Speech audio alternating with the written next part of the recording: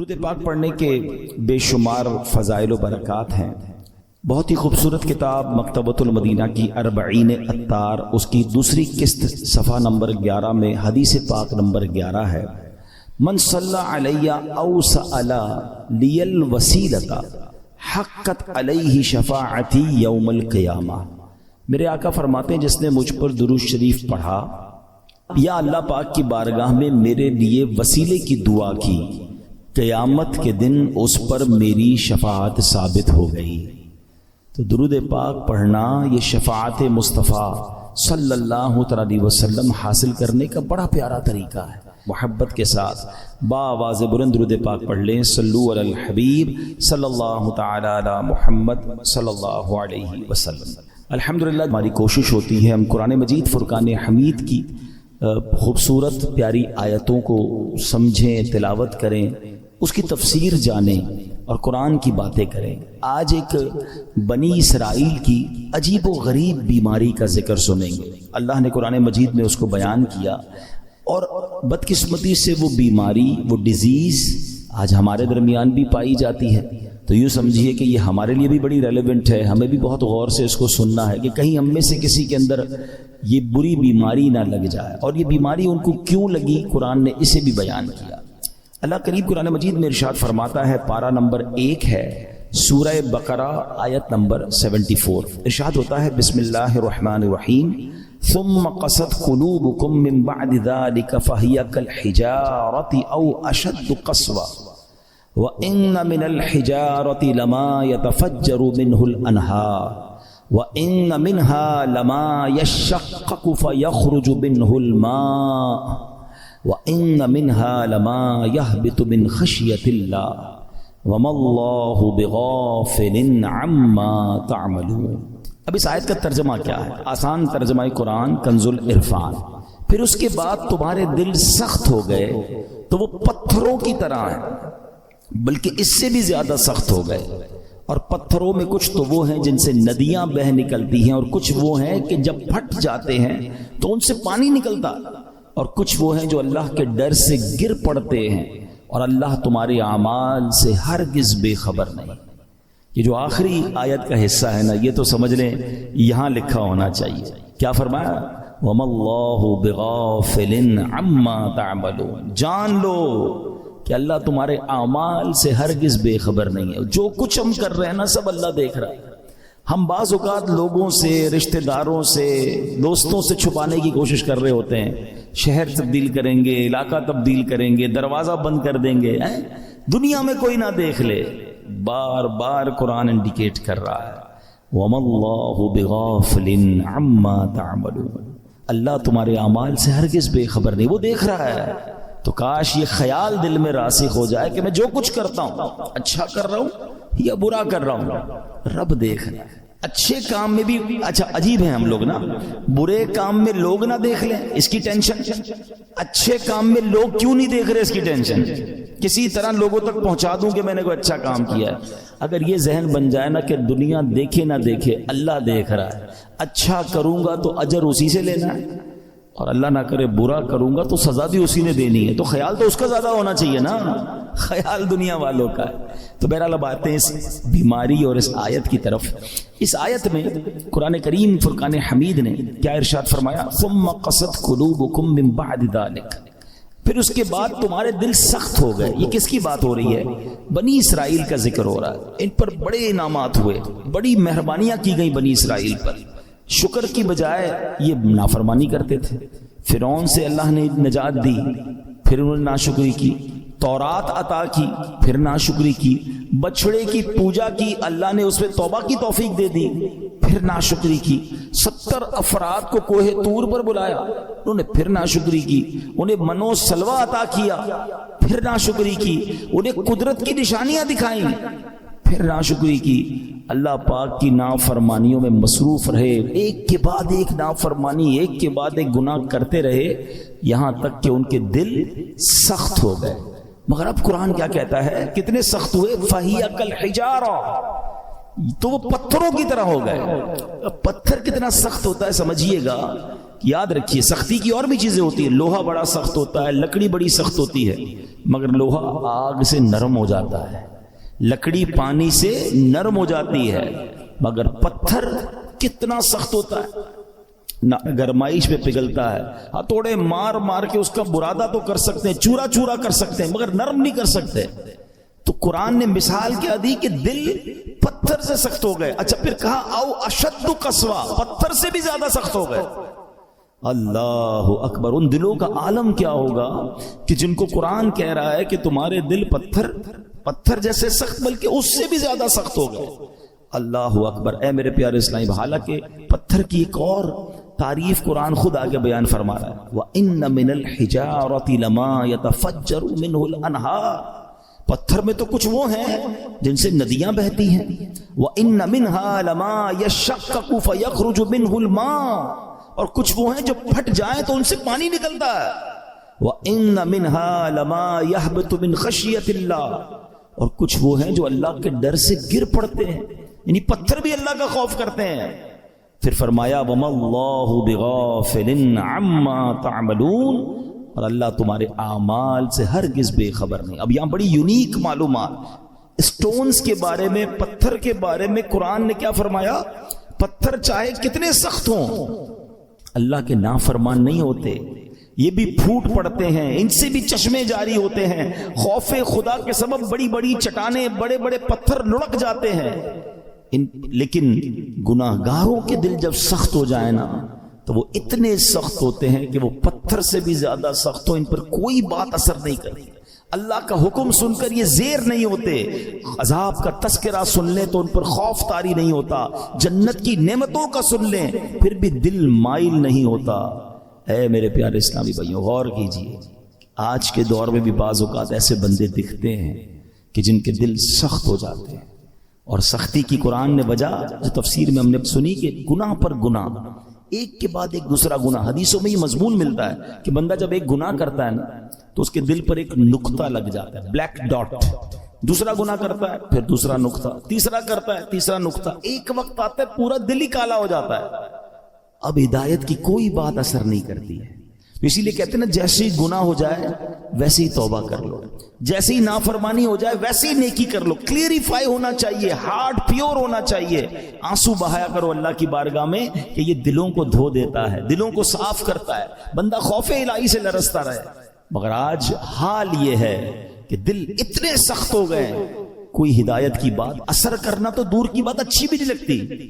آج کے دور میں کسی سے اچھی بات کرو, قرآن کی بات کرو, دین کی بات کرو, لڑنے لگ جاتا ہے مسلمان ہو کر.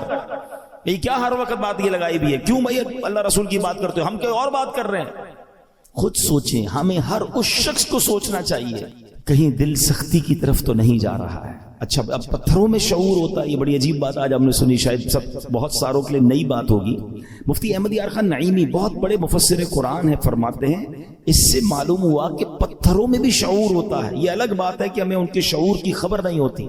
قرآن میں ایک اور جگہ اللہ نے ارشاد فرمایا, اور داؤد کے ساتھ پہاڑوں اور پرندوں کو تابع بنا دیا کہ وہ پہاڑ اور پرندے تسبیح کرتے ہیں. ہاں پرندے تو تسبیح کرتے ہیں, پہاڑ بھی اللہ کی تسبیح کرتے ہیں. آپ نے نہیں سنا ابو جہل کے ہاتھ میں کنکر تھے نا, کیا آ کر کہا تھا اس نے اللہ کے نبی کو کہ اے محمد صلی اللہ علیہ وسلم, اللہ کے سچے نبی ہو تو بتاؤ میری مٹھی میں کیا ہے. اللہ اکبر. نبی پاک کا کیا خوبصورت جواب تھا, فرمایا میں بتاؤں تیری مٹھی میں کیا ہے, جو تیری مٹھی میں کنکر ہیں بتا دے میں کون ہوں. اور پھر کنکروں نے کلمہ پڑھنا شروع کر دیا. تو پتا چلا کہ پتھر بھی اللہ کی تسبیح کرتے ہیں. اللہ اکبر. اور احد پہاڑ کے بارے میں کون نہیں جانتا. اللہ آپ کو مجھے بار بار مدینہ پاک کی حاضری نصیب فرمائے. نبی پاک علیہ الصلوۃ والسلام, سبحان اللہ, آقا کے معجزات میں سے یہ معجزات ہے کہ جب نبی پاک مدینہ منورہ میں یا مکہ پاک میں سڑکوں پر کسی کے شاہراہ پر تشریف لے جاتے تو آس پاس کے پتھر نبی پاک کو سلام کیا کرتے. احد پہاڑ کے متعلق آقا نے فرمایا احد پہاڑ ہم سے محبت کرتا ہے, ہم اس سے محبت فرماتے ہیں. اب پہاڑ نبی پاک سے محبت کرتا ہے. اور یہ کیسا خوبصورت پہاڑ ہے کہ نبی پاک علیہ الصلوۃ والسلام نے فرمایا کہ احد میرے ساتھ جنت میں جائے گا. اب یہاں علماء نے اور خوبصورت بات کی کہ پہاڑ نبی پاک سے محبت کرے تو جنت میں جائے. تو جب امتی محبت کرے تو اس کا تو عالم ہی کچھ اور ہوگا نا.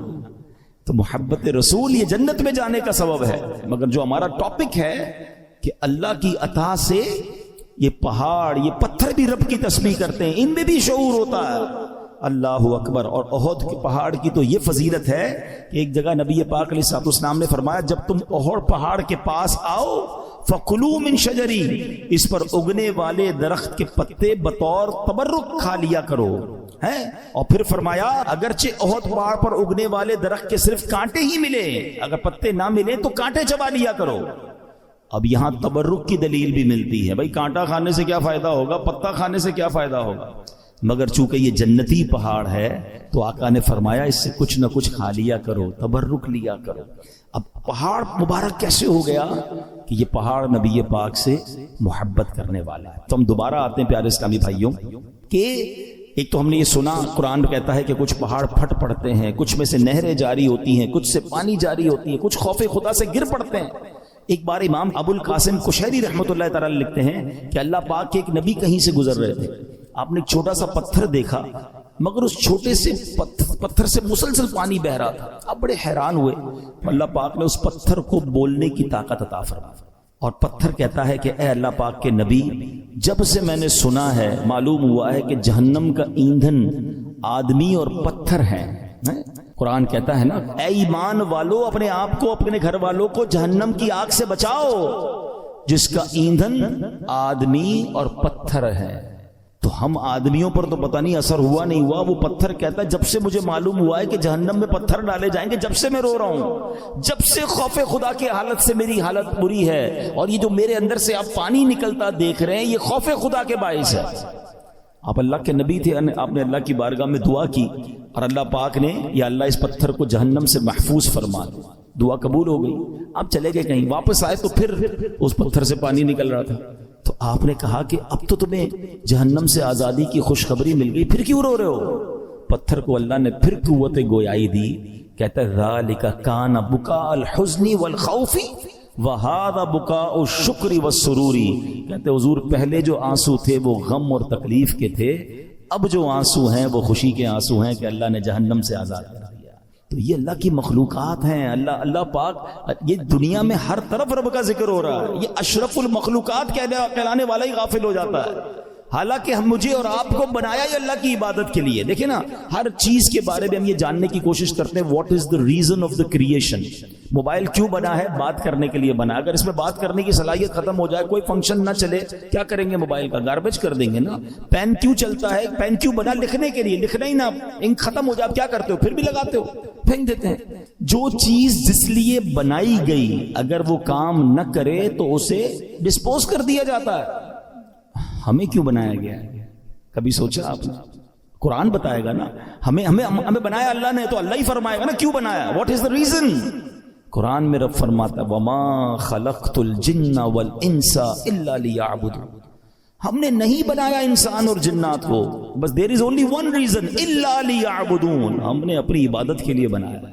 یعنی میں اور آپ بنے اللہ کی عبادت کے لیے, کام کچھ اور کر رہے ہیں. نمازیں ہماری قضا ہو رہی ہیں, روزے بہت بڑی تعداد میں لوگ نہیں رکھ رہے, اللہ کی عبادت سے دور, حالانکہ بنایا اس لیے گیا. اور یہ پتھر کا واقعہ آپ نے سنا کہ یہ اس لیے رو رہا ہے کہ کہیں جہنم میں ڈال نہ دیا جائے. کبھی ہمارے آنسو بہے, کبھی ہمیں یہ خیال آیا کہ کہیں مجھے جہنم میں نہ ڈال دیا جائے, کہیں مجھے ایندھن نہ بنا دیا جائے جہنم کا. اللہ اکبر. اب آئیے بیان میں, جیسے میں نے شروع میں کہا کہ ایک بیماری کا ذکر ہوگا, اللہ اس بیماری سے بچائے, اور وہ بیماری ہے دل کی سختی. کیا کہا قرآن نے؟ ثم قست قلوبکم من بعد ذلك فہی کالحجارۃ او اشد قسوا. پھر اس کے بعد تمہارے دل سخت ہو گئے تو وہ پتھروں کی طرح ہیں, بلکہ ان سے بھی زیادہ ہیں. اب دل کتنا اہمیت, کتنا امپورٹنٹ پارٹ ہے ہماری باڈی کا. پیارے آقا علیہ الصلوۃ والسلام حدیث پاک میں ایک جگہ ارشاد فرماتے ہیں جسم میں ایک خون کا لوتھڑا ہے, وہ ٹھیک ہو جائے سارا جسم ٹھیک ہو جائے گا, اور جب وہ لوتھڑا بگڑ جائے نا تو سارا جسم بگڑ جاتا. اور سن لو, وہ لوتھڑا, وہ پارٹ آف دا باڈی بدعہ کیا ہے؟ وہ قلب ہے, وہ دل ہے. تو دل کا خیال میڈیکلی تو لوگ رکھ رہے ہیں, یار کولیسٹرول نہ ہو جائے, ہارٹ اٹیک نہ ہو جائے, بلڈ پریشر نہ ہو جائے, والز بند نہ ہو جائیں, وینز کھلی رہیں, بڑا خیال ہے, ٹھیک ہے یہ تو ظاہری اس دل کی کیفیت ہے نا، مگر اگر اس دل میں ایمان ہی نہ ہو، اس دل میں معاذ اللہ سختی آ جائے، ہدایت کی کوئی بات ہی اثر نہ کرے، یہ دل معاذ اللہ غیبت، چغلی، بغض، کینہ، تکبر اور برائیوں کی آماجگاہ بن جائے تو یہ تو برباد کر دے گا نا، ایمان برباد کر دے گا۔ ہمیں جان لینے والے مرض کا ڈر ہے، ہم ڈسکس بھی کرتے ہیں، ڈاکٹر کے پاس بھی جاتے ہیں، ٹیسٹ بھی کراتے ہیں، جناب بتائیں ہارٹ اٹیک نہ ہو، میری باڈی ٹھیک رہے، کتنی ایکسرسائز کرنی ہے، everybody talk about it. وہ کیوں؟ کہ جان چلی جائے گی نا۔ مگر مجھے بتاؤ جان جانا زیادہ خطرناک ہے یا ایمان جانا زیادہ خطرناک ہے؟ جان تو ویسے ہی جانی ہے، آج نہیں تو کل چلی جائے گی، مرنا تو ہے ہی، اس سے تو کوئی نہیں بچ سکتا، مگر ایمان سلامت لے کر قبر میں جانا یہ زیادہ ضروری ہے نا۔ تو یہ حدیث بھی بتا رہی ہے، قرآن کی آیتیں بھی بتا رہی ہیں کہ دل صاف ہونا چاہیے، دل اللہ کی رحمتوں کے نزول کی جگہ ہونی چاہیے، مگر جن کے دل سخت ہو گئے ہیں وہ غور کریں۔ اب آئیے میرے پیارے اسلامی بھائیوں، حدیث پاک، یہ دل کی سختی سزا کتنی بڑی ہے۔ اللہ کے نبی علیہ الصلوۃ والسلام فرماتے، ترمذی شریف کی حدیث ہے، ان ابعد الناس من اللہ قلب القاسی، فرماتے سخت دل والا سب سے بڑھ کر اللہ سے دور ہے۔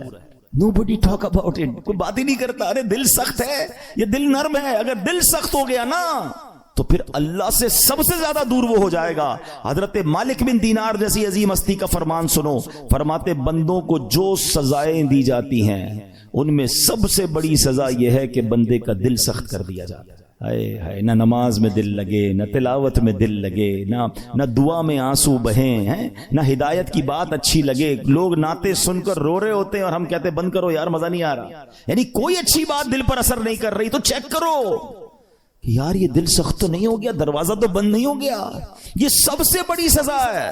حضرت مالک بن دینار کہتے ہیں بندے کو جو سب سے بڑی سزا دی جاتی ہے وہ اس کا دل سخت ہو جاتا ہے۔ کسی مسلمان کو تکلیف میں دیکھ کر ہمیں تکلیف محسوس کیوں نہیں ہو رہی ہے؟ کوئی بیچارہ غریب پریشان ہے، اس کو دیکھ کر مجھے فیل کیوں نہیں ہو رہا؟ اگر ہو رہا ہے اللہ کا شکر ادا کریں، اگر مسجد میں آنے کو جی چاہتا ہے اللہ کا شکر ادا کریں، اور مسجد میں آ کر بھاگنے کو جی چاہتا ہے there is something wrong in your heart۔ اس سے بڑھ کر رحمتوں والی جگہ کون سی ہے؟ ہونا کیا چاہیے؟ اللہ کے گھر میں آؤں تو پیس، سکون، مزہ آ جائے، مگر کچھ لوگ مسجد میں آ کر بھی بے چین، آخر میں آئیں گے سب سے پہلے جانے کی کریں گے۔ خود سوچئے کیوں مجھے بے چینی ہوتی ہے؟ موبائل پر گھنٹوں بیٹھ جاؤں گا، دوست کے ساتھ چائے پینے گھنٹوں بیٹھ جاؤں گا، اللہ کے گھر میں مجھے تکلیف کیوں ہو رہی ہوتی ہے؟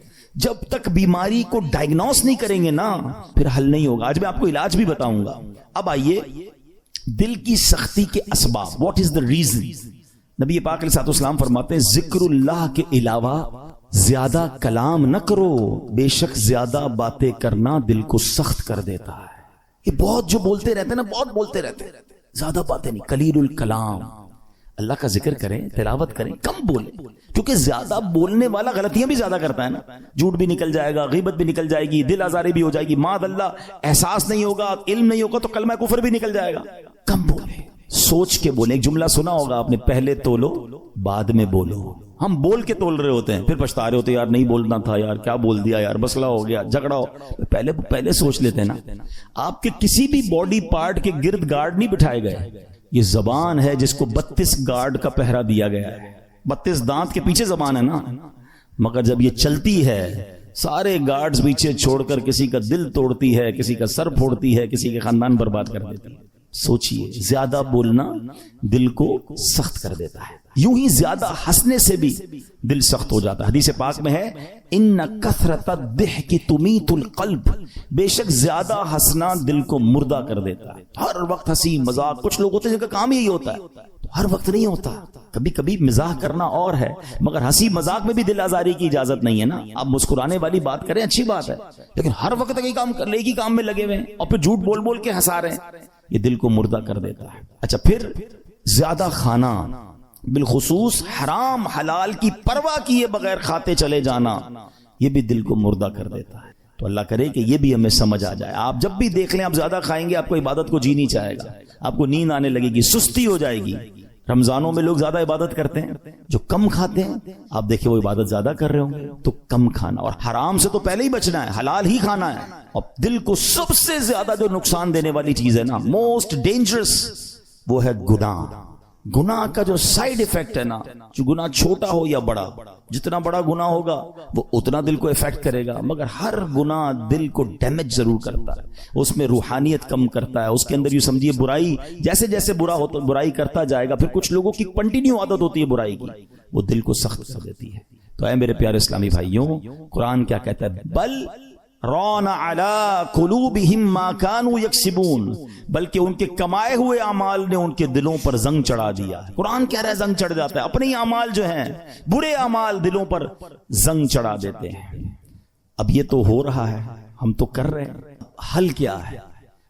دل صاف کیسے ہوگا، دل نرم کیسے ہوگا؟ آئیے آج اس کا نسخہ بھی لے لیجئے، اور وہ بھی انشاءاللہ حدیث پاک سے ہی پیش کروں گا۔ اللہ کے نبی علیہ الصلوۃ والسلام فرماتے ہیں کہ بے شک جیسے لوہے پر زنگ چڑھتا ہے ایسے ہی دل بھی زنگ آلود ہو جاتے ہیں۔ عرض کی گئی یا رسول اللہ صلی اللہ تعالی علیہ وسلم دل کے زنگ کا علاج کیا ہے؟ ارشاد فرمایا موت کو کثرت سے یاد کرنا اور ذکر اللہ کی کثرت کرنا۔ اللہ کا ذکر یہ دل کا زنگ دور کرتا ہے، تلاوت قرآن یہ دل کا زنگ دور۔ آپ کو کبھی کبھی مزہ نہیں آئے گا، یہ بھی میں آپ کو بتا دیتا ہوں، پہلے سے بتا دیتا ہوں کہ جس کے دل میں پرابلم ہوتی ہے نا، وہ جیسے ہی ذکر اللہ کرے گا اس کو نیند آنے لگے گی، تلاوت کرے گا بوریت شروع ہو جائے گی، مسجد میں آئے گا ٹینشن شروع ہو جائے گی۔ اب آپ کو میں ایک فارمولا دے دیتا ہوں، پہلے ذہن بنا لیں کہ مجھے دل صاف کرنا ہے، مجھے گناہوں کا یہ زنگ اتارنا ہے، مجھے اللہ کی معرفت اپنے دل میں چاہیے۔ تو اب حل کیا ہوگا؟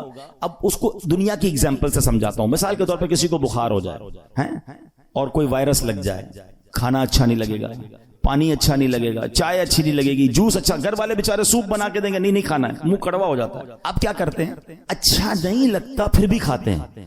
آپ کو یہ پتا ہے بیک آف دا مائنڈ کہ تھوڑے دنوں کی بات ہے، بلکہ فیملی اچھی نہیں لگتی، بچے اچھے نہیں لگتے، جب بندہ بیمار ہوتا ہے تو ہم بچوں کو گھر سے تو نہیں نکال دیتے، ہمیں پتا ہے طبیعت میری خراب ہے۔ تھوڑے دن کے بعد جیسے ہی بیماری ہٹے گی کھانا بھی اچھا لگے گا، بچے بھی اچھے لگیں گے، ماحول سارا ٹھیک ہو جائے گا۔ پرابلم میرے اندر ہے، ہم کنٹینیو کھاتے ہیں۔ بالکل اسی طرح جب آپ کو ذکر الہی میں مزہ نہ آئے، تلاوت میں لطف نہ آئے، درود پاک میں وہ جو چاشنی ہے نہیں مل رہی، سجدوں کی لذت نہیں مل رہی، بھاگ نہیں جانا مسجد چھوڑ کے، عبادت کرنا چھوڑ نہ دیں، تسبیح رکھ مت دیجیے گا۔ یہ بیماری ہے جو آپ کو نہیں کرنے دے رہی، آپ کنٹینیو کرتے رہیں، ایک وقت آئے گا دل کا زنگ دور ہوگا، ہر ذکر الہی آپ کو مزہ دینے لگے گا، ہر سجدے میں آپ کو معرفت ملنے لگے گی، ہر تلاوت کا ذوق آپ کو ملتا رہے گا، آپ دعا کے لیے ہاتھ اٹھائیں گے، آپ کے آنسو بہنا شروع ہو جائیں گے، کیونکہ اس ٹائم تک آپ کو یہ کرنا پڑے گا تاکہ یہ دل کا زنگ دور ہو جائے۔ اور جب اللہ کے نبی نے فرما دیا ہے کہ موت کو کثرت سے یاد کرنا اور ذکر الہی دلوں کے زنگ کو دور کرتا ہے، ایک اور پرابلم یہ ہے ہم موت بلائے بیٹھے ہیں، ہمارے سامنے جنازے اٹھ رہے ہیں، ہمارے سامنے لوگ دنیا سے جا رہے ہیں، ہم قبرستان جاتے ہیں وہاں بھی لوگ فون پہ مستی مذاق کر رہے ہوتے ہیں۔ ارے پہلے کا دور کیسا تھا؟ جب جنازہ ہوتا تھا نا، میت کے رشتہ دار کو ڈھونڈنا مشکل ہو جاتا تھا، لوگ کہتے کیسے ڈھونڈے، سارے رو رہے ہیں۔ اور سب کیوں روتے تھے؟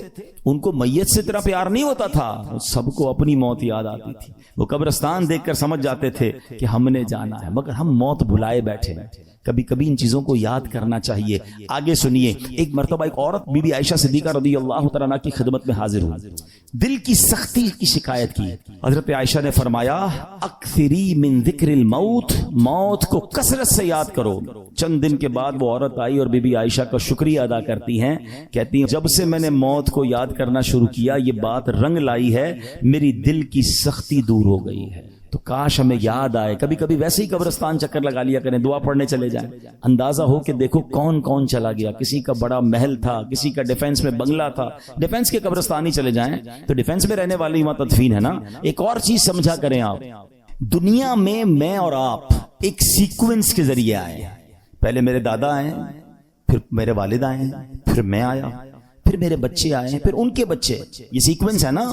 دنیا سے جانے کی یہ سیکوینس ضروری نہیں ہے، ایسا نہیں ہو کہ دادا ہی پہلے جائیں گے، ابو ہی بعد میں جائیں گے، پھر میں جاؤں گا، نہیں، دادا دنیا میں ہوتا ہے پوتا چلا جاتا ہے، والد ہوتا ہے جوان بیٹا چلا جاتا ہے۔ آپ نے نہیں دیکھا قبرستان جائیں نا، 15 سال کے بچے کی بھی قبر ملے گی، 5 سال کے بچے کی قبر بھی ملے گی، 75 سال کے بوڑھے کی قبر بھی ملے گی۔ اٹ مینز میں بھی کبھی بھی جا سکتا ہوں۔